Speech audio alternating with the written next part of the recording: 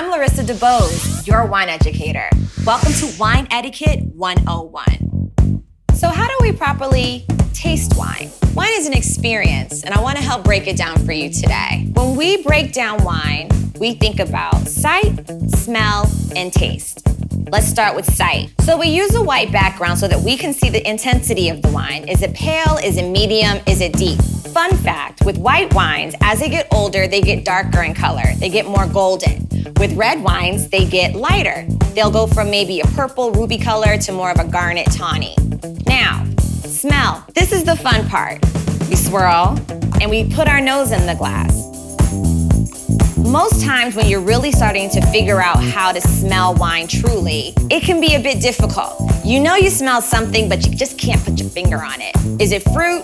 Is it herbs? Is it stone? It could be anything. So that's where I have an aroma wheel. This is helpful because it literally will help me break down what it is that I'm smelling. Many times when you're in wine tasting situations, if someone starts to call out aromas, it'll turn on for you.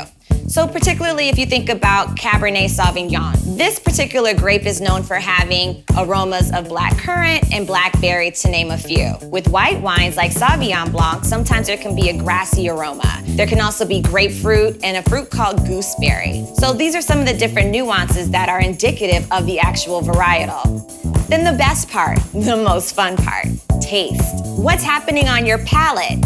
Palate is a word that we use to describe the experience of the wine on our tongues. So, as the wine washes over your tongue, there are different things that are happening because your tongue has different taste receptors. There are 5: sweet, sour, bitter, salty, and umami, which is also known as savory. So once you wash the wine over your palate and it starts to hit those different taste receptors, it'll turn different things on for you as well. Now you know how to taste wine like a pro.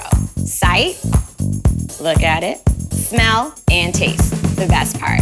Now let's expand our palates and really begin to understand that there's a difference between a sweet wine and a fruit-forward wine. You can have a dry wine and still experience a lot of fruit. And really it just comes down to, what do you like? Do you like black fruits like blackberries and blueberries? Do you like red fruits like strawberries and cherries? What about tropical fruit? Mango and pineapple. What about apples? Citrus. These are all different attributes of wine grapes. And it's just a matter of turning your thought process a little bit to be able to denote the difference between what a sweet wine would represent versus a dry wine that's fruit forward. Now, what's another reason that you'd want to expand your palate? Wine is probably the only thing that you can have that can take you anywhere in the world in a glass. You can go to Italy, Spain, France, and all you had to do was go to your local wine shop. And for maybe $15 to $20, you're gonna get an authentic expression of that region and of a culture. You didn't have to get an expensive plane ticket, and you didn't have to get your passport. Get your passport stamped through wine. It's an opportunity for you to go somewhere else in the world that you wouldn't have been able to go to before. And that's your tip. Cheers, y'all. I'm Larissa Dubose, your wine educator, and you're watching Wine Etiquette 101.